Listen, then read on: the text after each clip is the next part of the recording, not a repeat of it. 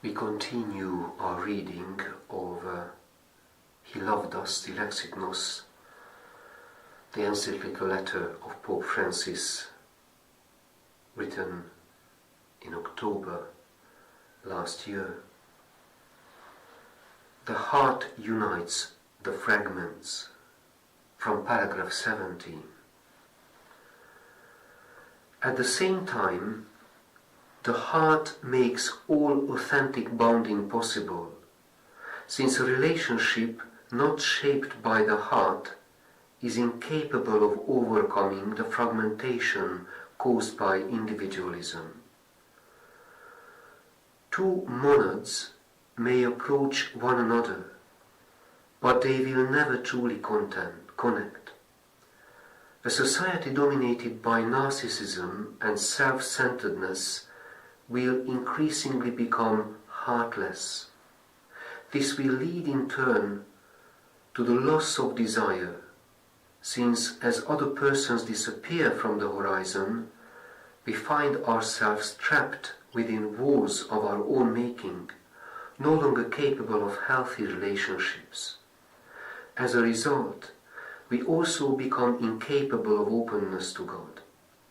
As Heidegger puts it, to be open to the divine, we need to build a guest house.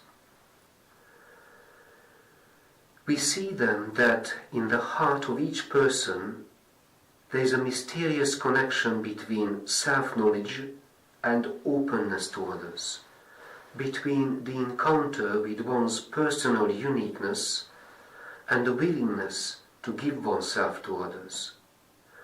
We become ourselves only to the extent that we acquire the ability to acknowledge others, while only those who can acknowledge and accept themselves are then able to encounter others.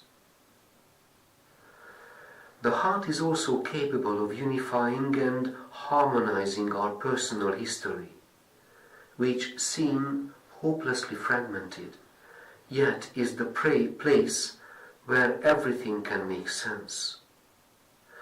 The Gospel tells us, in speaking of Our Lady, who saw things with her heart, she was able to dialogue with the things she experienced by pondering them in her heart, treasuring their memory and viewing them in greater perspective.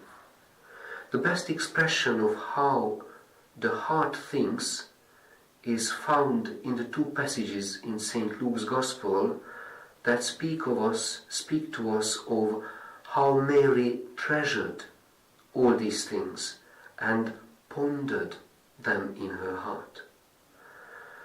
The Greek verb symbalein, ponder, evokes the image of putting two things together, symbols, in one's mind and reflecting on them in dialogue with oneself.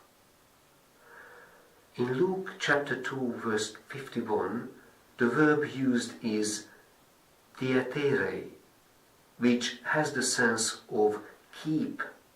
What Mary kept was not only her memory of what she had seen and heard, but also those aspects of it that she did not yet understand. These nonetheless remain present and alive in her memory, waiting to be put together in the heart. Here ends paragraph 19.